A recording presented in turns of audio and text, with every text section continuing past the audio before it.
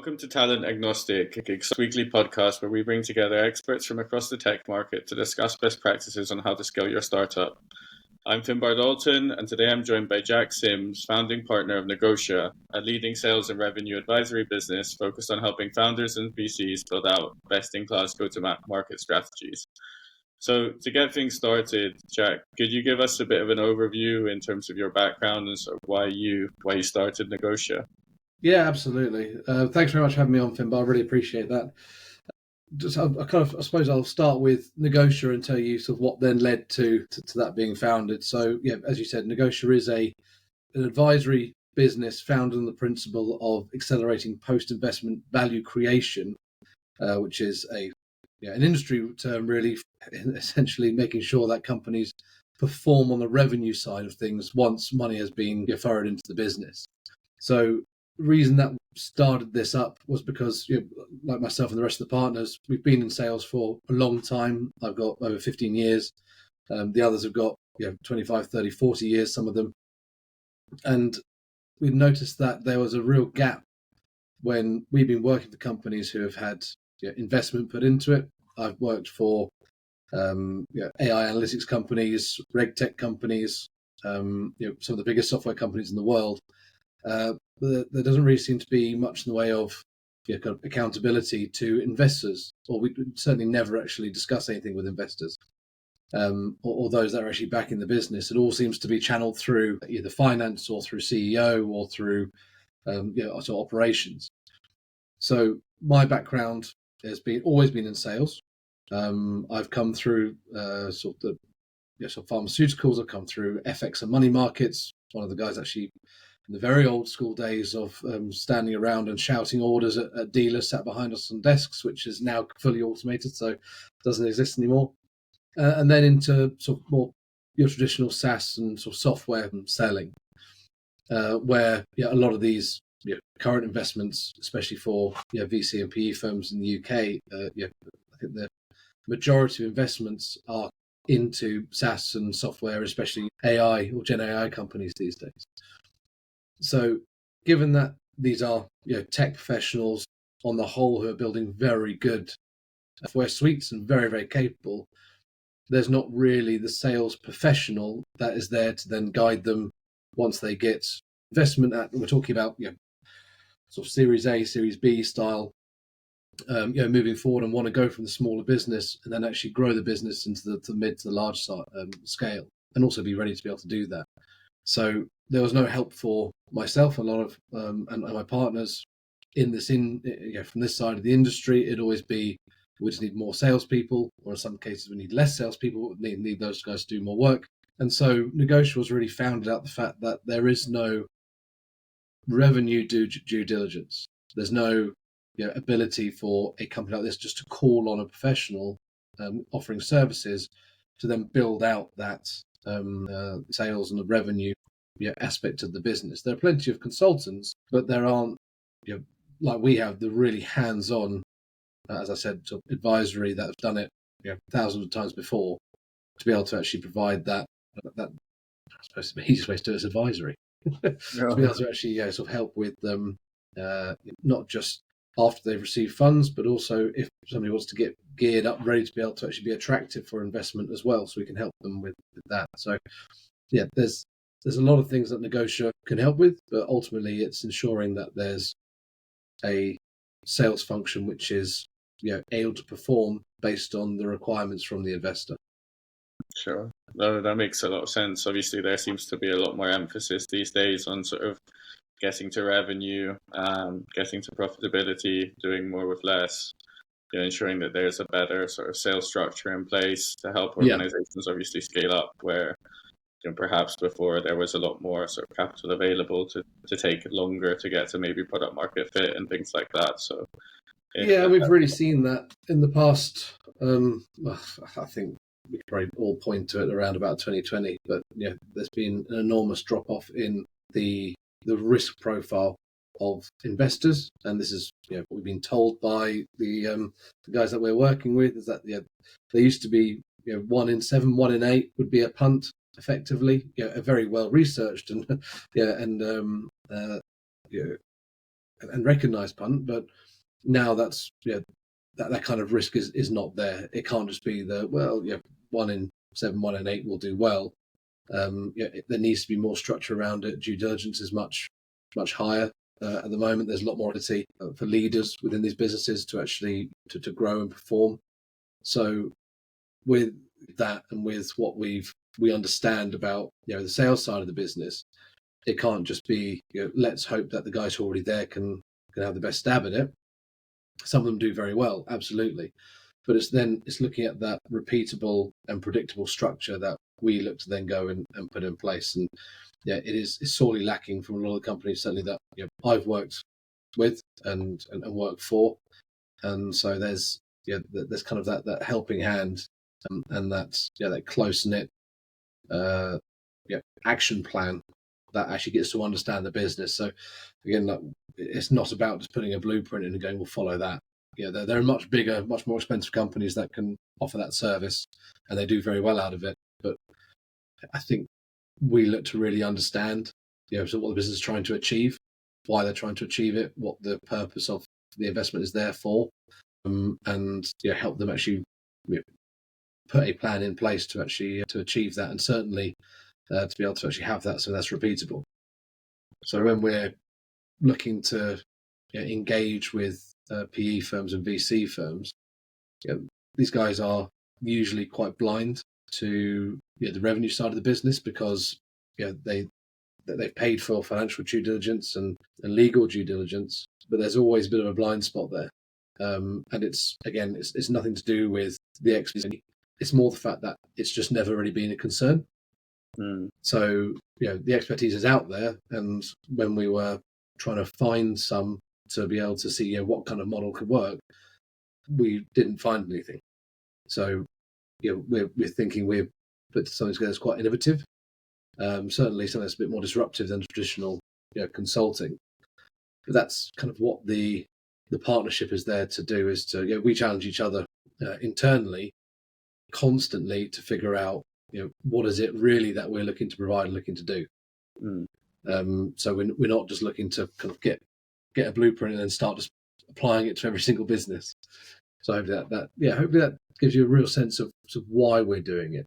Yeah, no, it makes sense, because obviously you do get sort of the bigger consultancies. They're obviously just trying to find like a repeatable template that they can probably roll out across all of their clients, whereas maybe that might be right for one business but not right for the other. I can understand why that might be the case.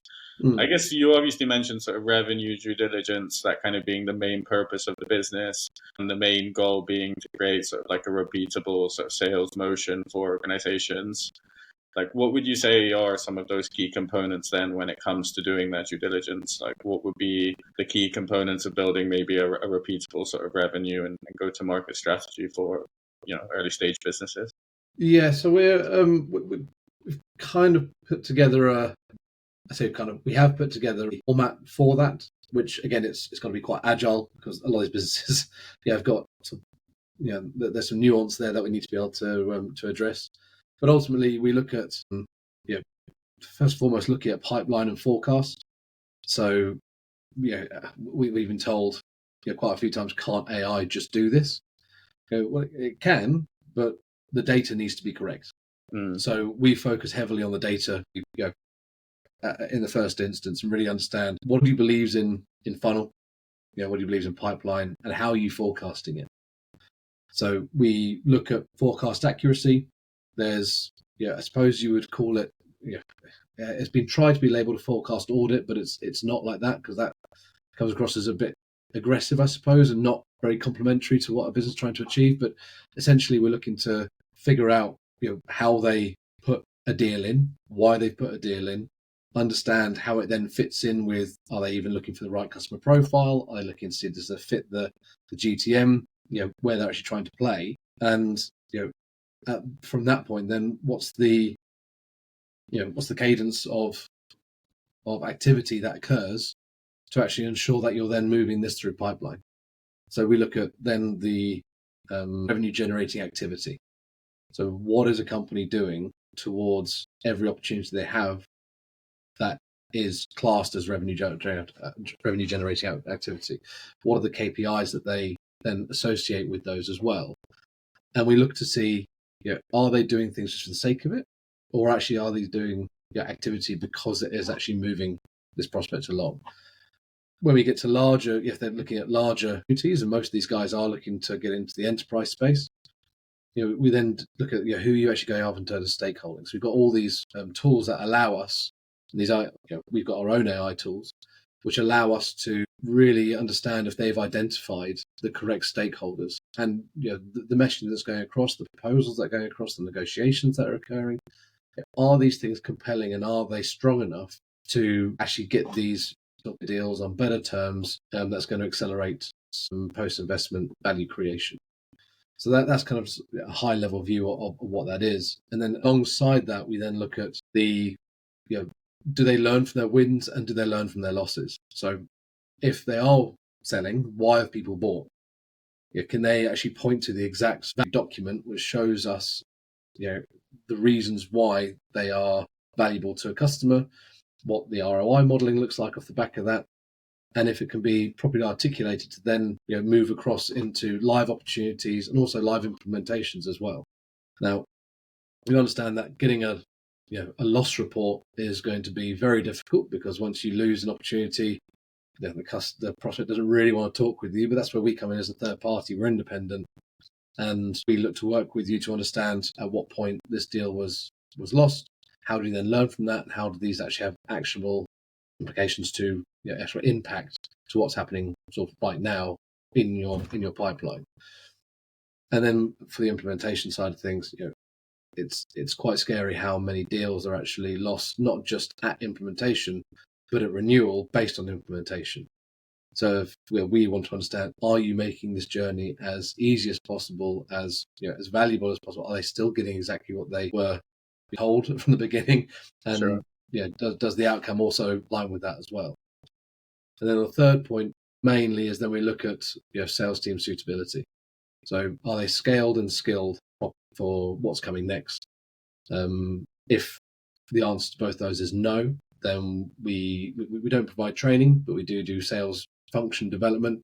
So we look to actually advise on what needs to be put in place to get this team up there to where they need to be, or we look to reappropriate people within other areas of the team, and if need be, we can actually then be that bridge of sales leadership whilst they're looking to build out a more professional sales team. And again, this isn't anything to do with the business not being good enough. It's a case of the fact that they've got people who are in sales that were once they're either engineering or their operations or their other areas of the business, and they've had to move into sales by necessity rather than because that's their skill set. So again, we look to see do you need to bring people in, or if you've got too many salespeople for this growth and actually these people can be used in other areas of the business, then we look to actually assess that as well. But at all times in the back of our mind, we're thinking, how can we ensure that the agreement of funding is working for both parties? So the investors are getting what they need, what they want, in the time they need it, and the company themselves are getting sort of the sales expertise that they need in order to be able to fulfill their side of the bargain. Sure. So that's how we then look at that. That makes a lot of sense. And I guess, from your previous engagements, sort of working with companies, has there been a particular area within that you find typically tends to be where the root cause is? Like, is it bad data? Is it a lack of finding the right ICP, or it's the process? Where do you tend to see the biggest? It can be a combination of those, 100%. So when you're building out a GTM, you really have to understand who is it you're looking to target and why you're looking to target. And I may be oversimplifying that, but those are the two things that I've, in my experience, have always looked to sort of answer to begin with. Because then you can look at, okay, so where is this market we're looking to target? Where do these people play? Do I understand what the problems are? And am I able to articulate how these problems can be solved by what it is that I have? Or can I implicate pain enough within that area that means that the software that I've had, and it more often than not has been software, can be a remedy to that pain? And then it's looking at, do I have the data I need to be able to back up my pipeline that shows that I'm going after these right companies, I'm going after the right people, I'm engaged enough, I'm demoing to the right people. It's all these, the minutiae of sales that you really have to address, which, am I, as I said before, am I speaking to the right people, first and foremost? Does the data that I have within my pipeline suggest that they are the right fit for what it is that I'm looking to sell? So, some people have got scorecards. Some people, I personally have used sort of Medipick, throughout the majority of my career. Then you've got these marketing sort of lead scorecards as well. So it's just trying to work through that noise and really understand: do I have everything lined up to enable me to answer those qualification questions, which is around time to signature and time to value. Those are things that I would be looking at and be addressing to any team that I work with, is to make sure my non-negotiable is that the CRM has got to be absolutely spot on. Otherwise, I can't make any judgments about what is and what isn't real. Sure. And that's one of the big things that we go in and go do, based on that, as well as figuring out what is real. Is it going to be closing in the dates, in the timeline that's suggested? It's amazing how many deals are closing on the 30th of December every year in any CRM system. But it's making sure that we're not kidding or each other as to the strength of what it is that we've got to be able to close, to be able to reach targets in any given quarter. Sure. So so you kind of work back with that, and then obviously you got the activity, as I said, the KPIs that you're looking to do, but the KPIs should be the very basic of everything that you're doing within a selling organization anyway. And those KPIs should then be translating into pipeline, which should then be translating into deal movement, and shifting the dial, getting it all the way through to to proposals. And at that point, when you're then, it becomes a very different sell, because then you have to use your negotiation skills and the power of proposal, and actually making compelling reasons as to why the price is at this level, why we believe that the value, your value statement, why we believe that the ROI model is in place, and then we're effectively addressing all the success criteria for any company that we're actually speaking with. So I guess that answers your question. I think I've gone off on a few times, but it's just, I'm trying to. So it's there's a lot of moving parts, I suppose, is what I'm trying to explain here. And the best salespeople that I've ever worked with have been able to manage those moving parts in a real sort of thorough way, which is they know their pipeline, they know their numbers, they're not fluffing anything up. It's just about the core metrics and being able to answer the questions around suitability, around is this something that can solve a problem? Have we articulated the remedy that we have, the value that we have to be able to actually solve this problem and give a desired business outcome? Argue, but probably it's also like a cultural thing as well, and a leadership thing, because obviously in some organizations you might have an environment where people are maybe keen to sort of inflate their pipeline to maybe look perhaps like they're performing better than they are. And it can be quite, those conversations can be quite tough when actually, you have to maybe say that, half of the pipeline that you've created isn't really, real pipeline that's probably not going to convert in the next 6 months, for example. So creating probably that sort of transparent culture where people are kind of open to being able to, properly analyze their pipeline is probably really important as well. I guess in that respect, obviously when organizations are perhaps looking at that sales leadership piece, do you have any advice? We're hearing a lot about more of the fractional and on-demand model these days as well, in terms of maybe alternatives to just hiring a permanent sales leader. Do you have any advice on how organizations should maybe approach that decision as well? Yeah, just to your first point, I think the inflated pipeline is just something. This is part and parcel of sales teams. There'll always be an element of that happening. There's the optimists and there's the pessimists and the realists within any sales team, but it really is up to management to effectively create sales leadership. To create and foster a collaborative environment so that doesn't happen. That's much easier said than done. But essentially, I've been in teams where people have been told it can't be zero for this month. Even if you just, even if you closed business previous month, they say, well, you can't have zero this month. You have to have something there. Now, that again will be pressure from other levels of management, which is we can't have this, we can't have this. If everybody takes a step back for a second and go, well, who are we trying to convince? And if the number needs to be high because the person at the very top says it needs to be a high number, then that's what you end up going to get. If there's an outcome that's being demanded, then I'll show you the actions that are going to be taken to be able to actually deliver that, and then everybody just paddles like mad underneath trying to make it a reality.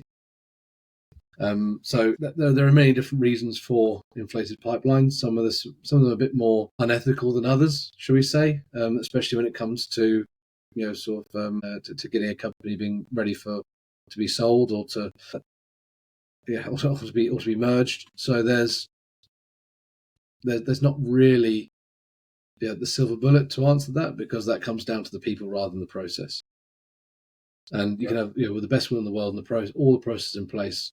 There'll always be that panic, and salespeople do panic, which is I need to show that I am not a bad salesperson if I've not got the pipeline I need to be able to actually make number at the moment.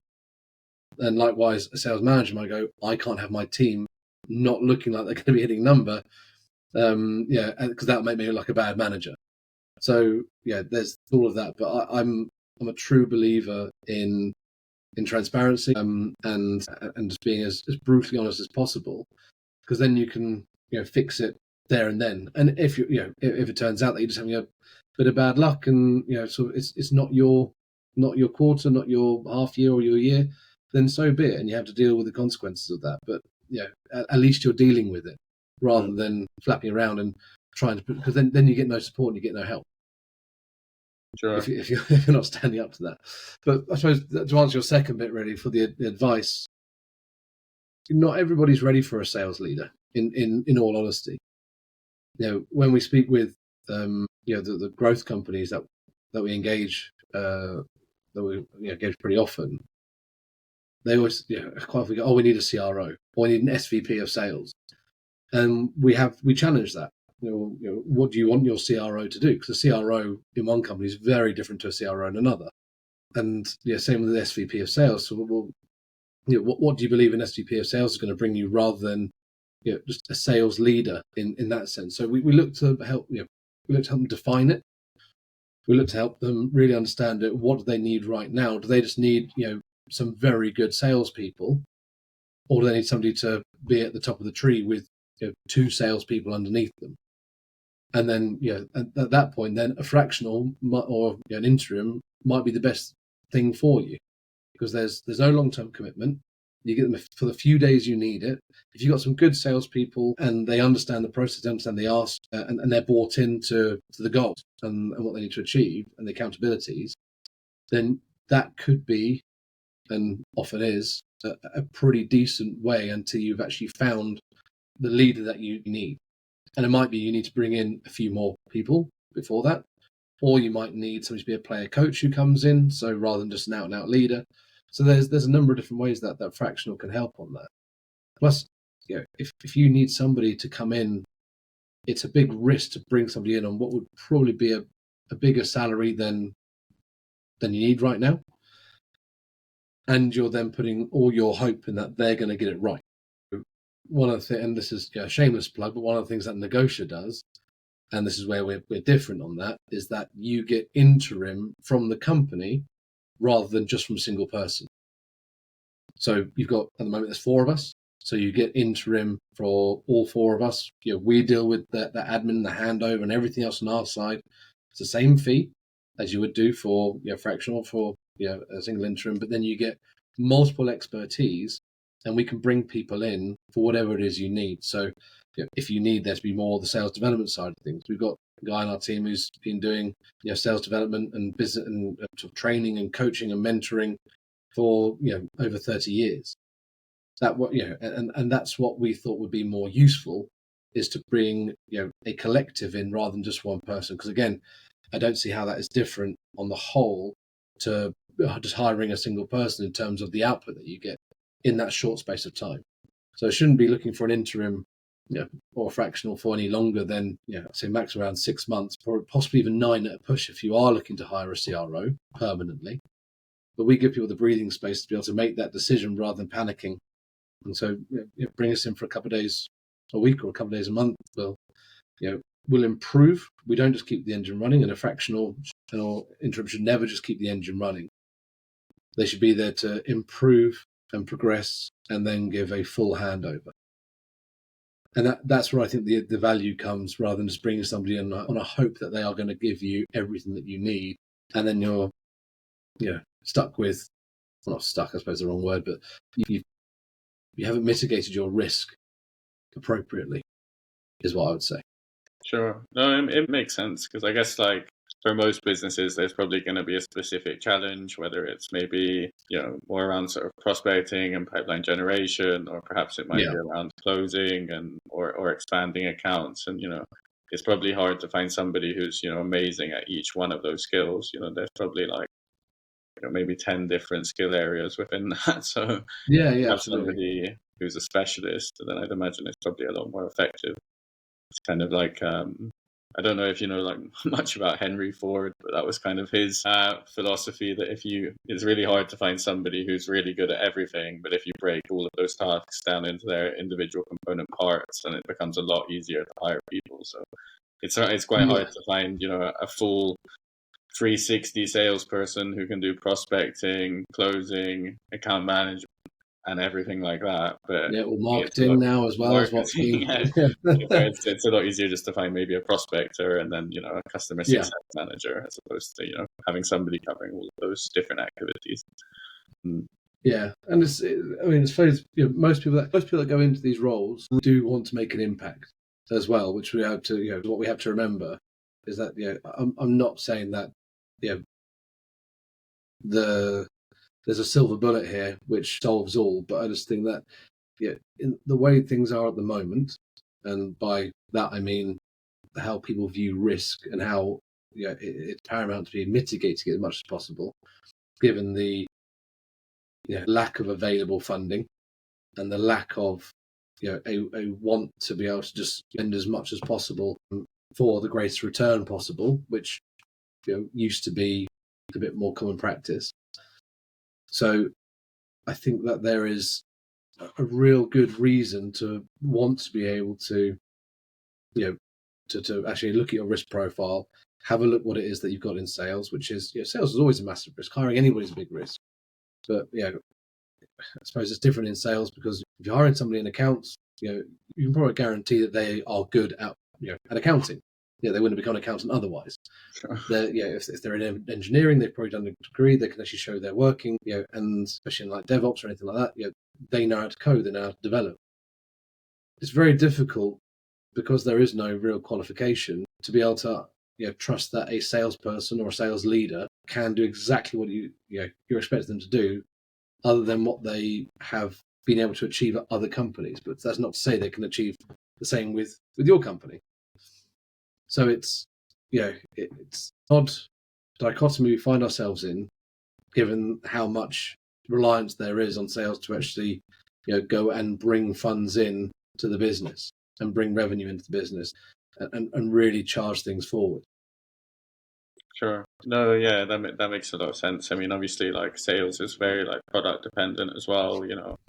Obviously, not every product is going to be as successful as other products. But I guess as a salesperson, your job is really to probably just gather as much information about the value and usefulness of that product, so that then you can at least perhaps have some ammo to go back to the rest of the leadership team to say, this is why people are buying, or this is why people aren't buying, or this is what else we should develop onto our product to make it more successful. This is what customers need. I guess to sort of wrap things up, you obviously mentioned sort of the importance of data and that's for sales success. Do you have any advice on that point in terms of, how companies should be analyzing their forecasting and their data to make sure that they aren't maybe stagnating or any points to look out for that you think are maybe one or two key KPIs that all businesses should be looking at from that standpoint? Yeah, I do actually.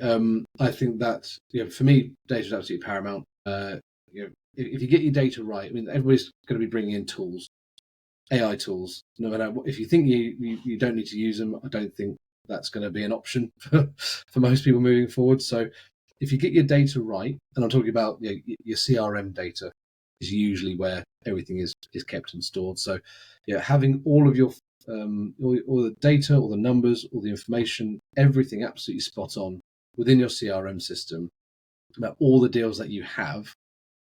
And I'm talking brutally honest data, not sort of whatever you've thought might be looking good on a spreadsheet when you're called into the Monday morning sales forecast. But I think that having that as close to accurate as possible is going to be a massive benefit for any company moving forward. It then gives you the reality of where you are rather than firefighting all the time. Understanding the process you need to go through in order to be able to move or opportunities forward. So doing all that value creation each time that you're speaking with a prospect, having engineering all that value, actually putting through engaging and persuasive and ensuring that you're always on top of the problem that you're trying to solve here and the business outcome that's required, then I think you'll be in good stead. Now, from the data that needs to be captured for that, you have to be able to understand why you win and why you lose. So most companies, when they win, it's all celebrated. We brought this in. That's fantastic. We move on to the next. Not many of them that we have analysed, so it's not just anecdotal. We've done a lot of analysis on this.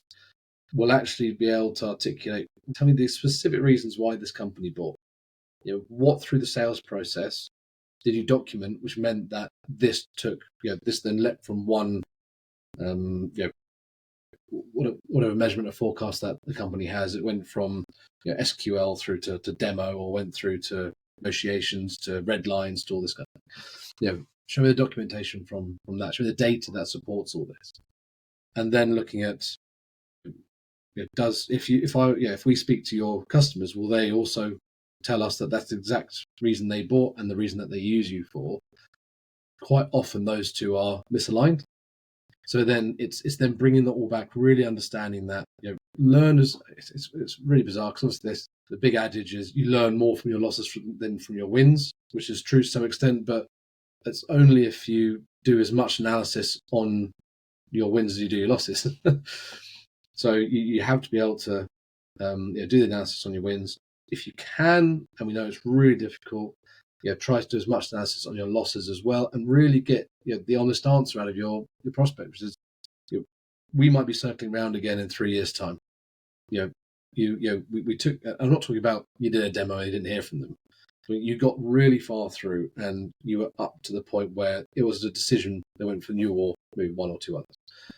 So really understanding, if we're speaking to you guys again in 3 years' time, or 4 years' time, 5 years' time, and your feedback now has given us the ability to have a superior product on the marketplace, which you can then buy from. We would love to know that now. We'd love to know that now, so we can work on that. We're asking everybody that we don't win from, which is the majority of people that you'll speak with. It's 1 in 4 is good. it's a good strike rate. Probably less than that on average as well. But it's really trying to get as much data, as much honesty as you can out of your prospects, people you speak with. And in order to be able to do that, you have got to be able to articulate what it is that you do, your business problems that you solve, the value you guys bring, and the business outcomes that you deliver. So those are the key bits of information that you can then draw back, and then you can create these action plans which could impact live opportunities immediately.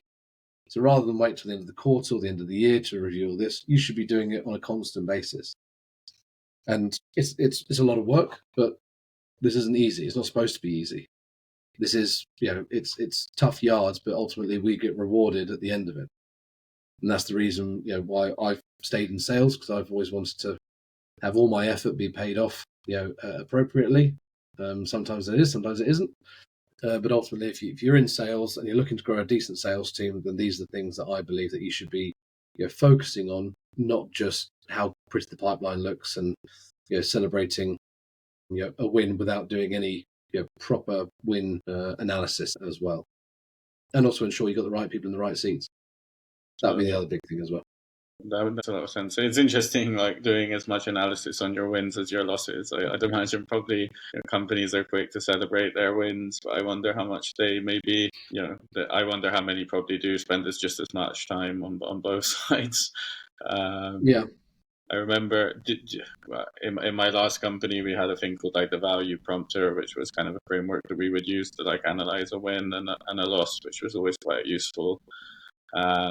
Do you think another thing that I thought was quite helpful was that they would get the whole sales team in the room to go for a particular win? Because, even if you're not working on that deal, for example, it can be helpful to see why somebody else might have won a deal, if that makes sense. Yeah, I mean, this is the reason why to do it, because it's it benefits everybody.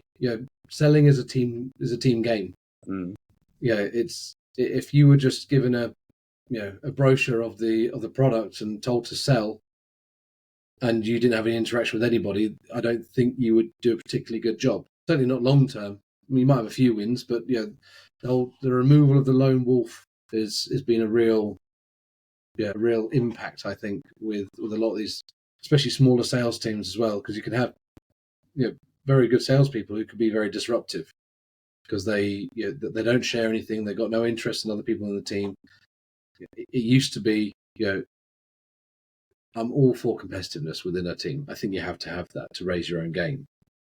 But competitiveness to the point where you don't allow anybody else to learn and understand, given that as a salesperson, we rely on a lot of the business to make us successful. And then not sharing that with your team is bad practice from a sales leader. So we're what we look to provide, and what I can advise people to look to themselves to be able to provide their team as well, is access to tools and revenue growth expertise, and to actually work on immediate improvements. So you should be agile enough that these improvements can be implemented on, as I said, on live deals, on live pipeline. And your pipeline structure improves, your sales funnel conversion rates should improve because of that as well. Forecast accuracy should improve because you can then really have we got these stages right? So I've used weighted pipeline in the past where you should be able to know at any given point what stage of opportunities, say in first demo, based on what you've sold before, so the information you've got should then move forward into the next stage of your sales forecast. So if you have a look at those conversion rates, you should be able to get your forecast accuracy up to par as well. You can also help with deal coaching, and by that, it's the same with what you just mentioned there, which it doesn't need to be the sales leader. It can be the peers as well. You all get up, you all discuss, sitting on an hour's call every Monday morning, waiting for your turn to talk, and then just kind of getting back to your emails. Probably not the best thing. I do wonder sometimes if if Zoom or Teams has kind of given us a loss on that, to be able to actually be in the room together, to be able to have those kind of discussions. Because I've been guilty of it. I know I have, where I've got something more pressing and I go, well, let me just have a chat with you, and then I'm going to quickly do this, and then I'll fit back into what you guys have discussed. But it's ensuring that your sales team are basically being as productive as possible. And ultimately, you want to, this should then lead to optimize revenue performance, which is kind of what you want to achieve as a sales leader at any given time anyway. Sure. No, that makes a lot of sense. And I guess, I mean, if anybody wanted to get in touch with you, Jack, in relation to sort of what we've discussed today, in terms of sort of, if they're looking to develop their go-to-market strategy, or perhaps they're keen to see if there's any frameworks that they could be applying within their business to make it more efficient, is it okay if people reach out to you on LinkedIn, or what would be the best way to sort of get in touch with you? Yeah, absolutely. No problem with that. I'm always happy to discuss things. It's a passion of mine. It's not just a job. No, I love talking about it. I love doing it. So yeah, they can either reach out to me on LinkedIn, It's Jack Sims, SIMS, and they'll see I've got the company Negotia, which is an orange background with a white logo on it. Or they can reach out on jack@negotia.co. So negotia.co. And I'm very happy to discuss anything that anybody has got, anything that they want to improve or understand. Cool. No, good stuff. Well, listen, thanks very much for your time today and for obviously No, pleasure. all of your knowledge. It was great chatting.